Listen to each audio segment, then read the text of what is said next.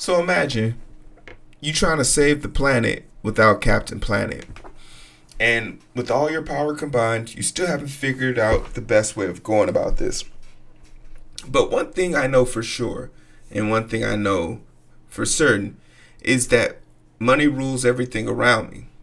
So a few months back when we wrote and read an article about how renewable energy was starting to pick up in the United States and what this would have, the ramifications, or rather the persuasion this would have on other nations and developing countries, I didn't think to myself like, wow, a bunch of first world countries would tag along.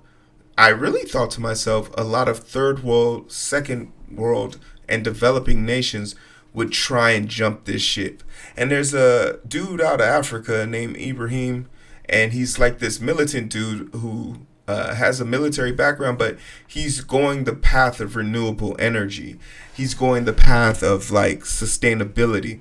And as a person who comes from Nigeria and has traveled to a lot of African nations, especially in Nigeria, I heard this saying the other day and it stands so true. There's no real word for like maintenance in the Yoruba language, right? They always have to sub-translate it to like take care or make better. But they do have a word for repair. And it's because maintainability and sustaining certain situations are just not part of them. It's almost a mindset, really, and it needs to be like studied. Probably has already. But with this in mind, I read this article and it talks about how 40% of the global electricity is coming from renewable energy. And a lot of people in the comment section call it bullshit. And I can only assume it's because they've never been to a third world country where you can find solar systems on the houses of mud huts, where you can find renewable energy made out of the windmills that also generate the pump to pump water into the village.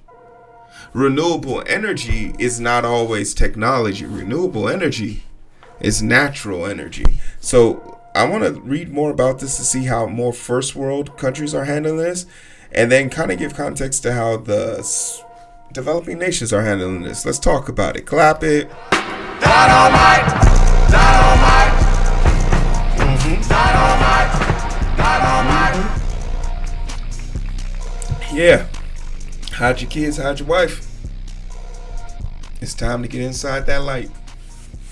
How you guys doing? My name is Hero. This is Coding with Strangers, and I want to talk about something. I had a great time in Vegas. I got a Minecraft sword. Fuck around and find out. By the power of motherfucking Grayskull. Yeah, I love it. It's great. But today we want to talk about renewable energy. And every time I talk about renewable energy, I always have great conversations. So please make sure you like, share, and subscribe. Let's create a dialogue in the comment section below.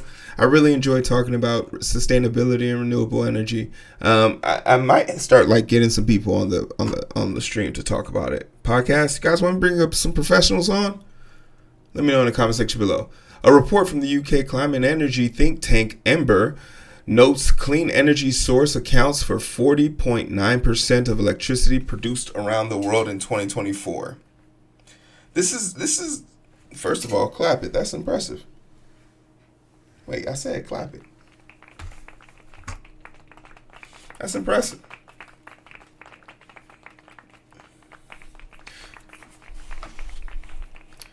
The finding comes from data estimates culled in 215 countries.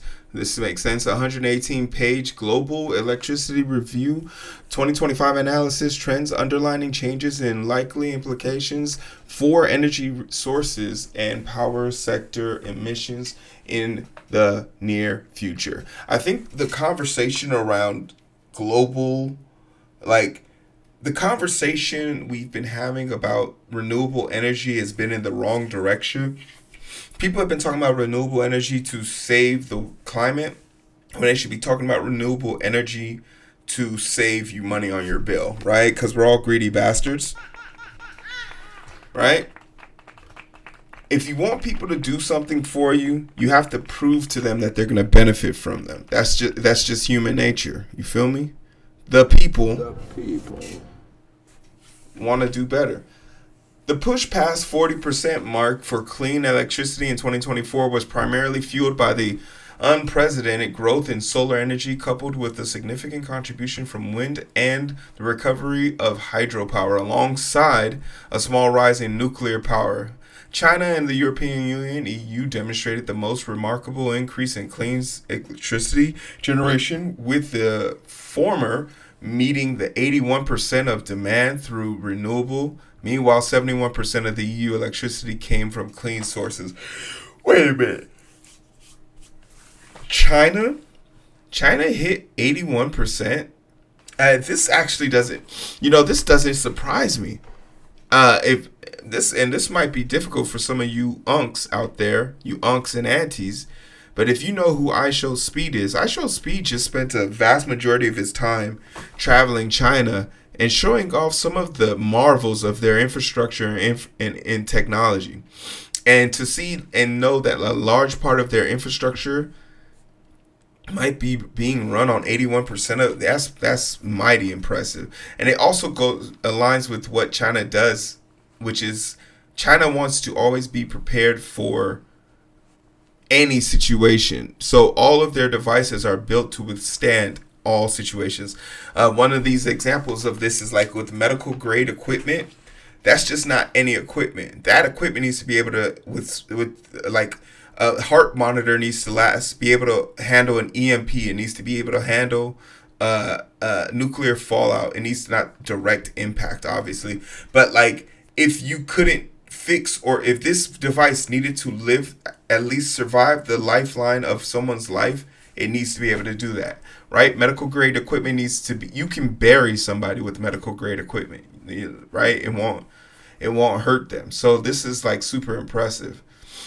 Also worthy noting, for the first time ever, the combined global generation for wind was 8.1% and the solar was 6.9%. Exceeded the hydropower 14.3 last year. Solar energy shone bright.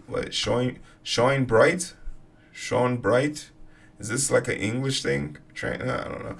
The percentage of growth in global solar energy in 2024, a massive 29%, represents the fastest increase in solar generation in 6 years and doubles the generation in the last 3 years. Indeed, solar generation increased 474 terawatts hours. 1 terawatt is enough to power a small city for a year. Shit. That's way bigger than a gigawatt. Shout out to anyone who puts the reason why or the reference to that in the comment section. In 2024, reaching a total of 2,131 terawatt hours, with China and the USA leading the charge. See, we can get along. Wind worked great too. Wind energy made a significant contribution to global electricity supply pass in the last year, accounting for 8.1% of global electricity mix. Global wind generator reached a new record of 2,494 terawatt hours in 2024 and 182 hours of terawatt energy hours.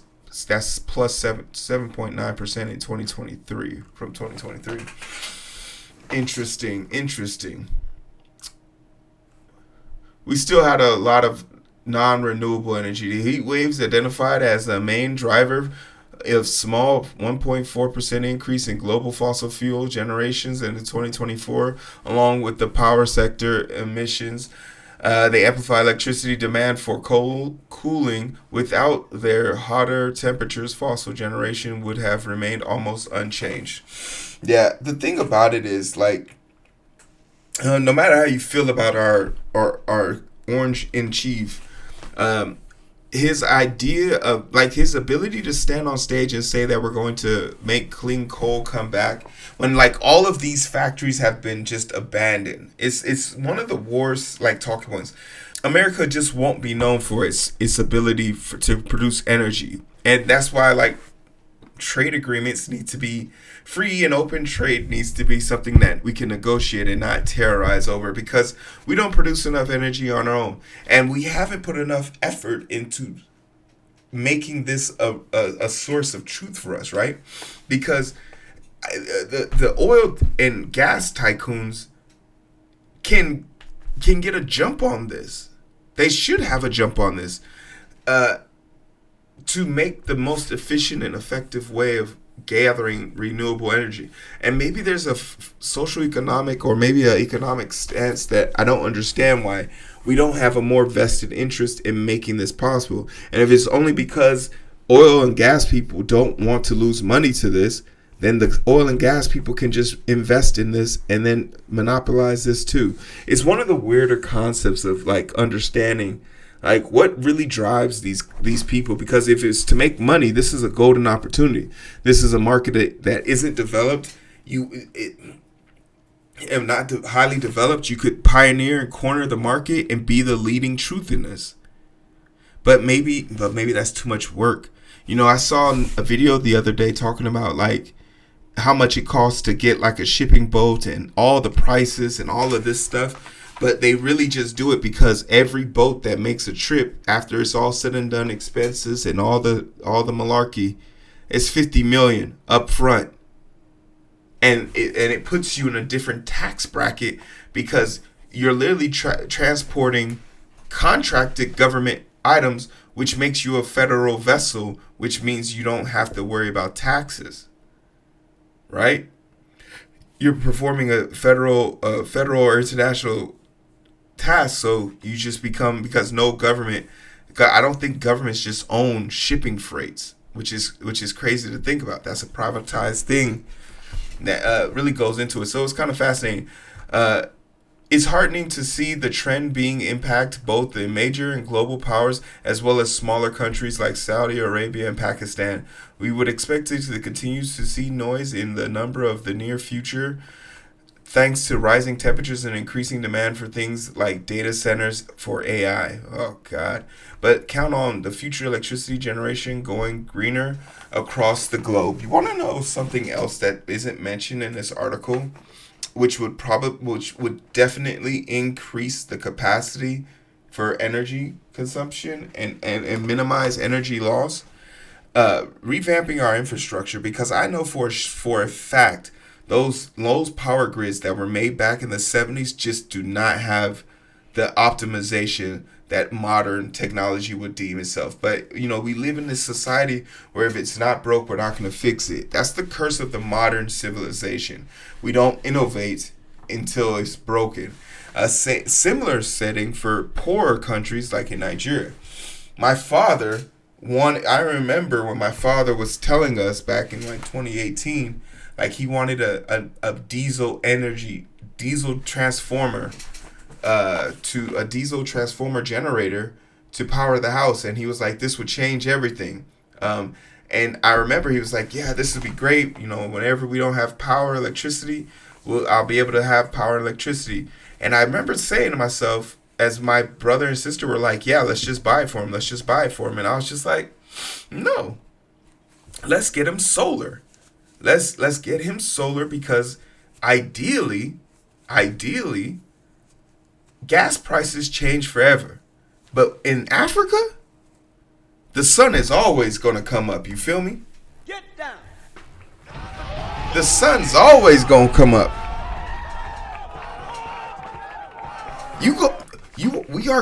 We will run out of gas. But the moment we run out of sun, it's over. You got 8 minutes. Tops. So in my mind, that's what a lot of people are starting to succumb to. And then also, a lot of these minerals are being derived from these poorer countries.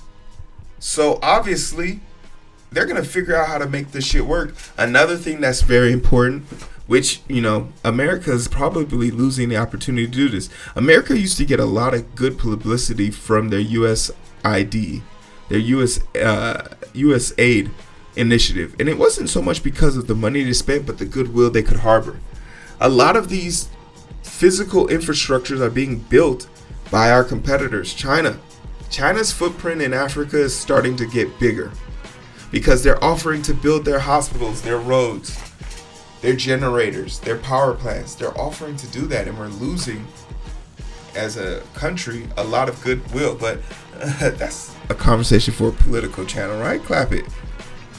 Let me know what you think. Like, share, subscribe. All right, do you think these numbers are legit? 40.9%? Do you think it's going to keep going up? Let me know in the comments.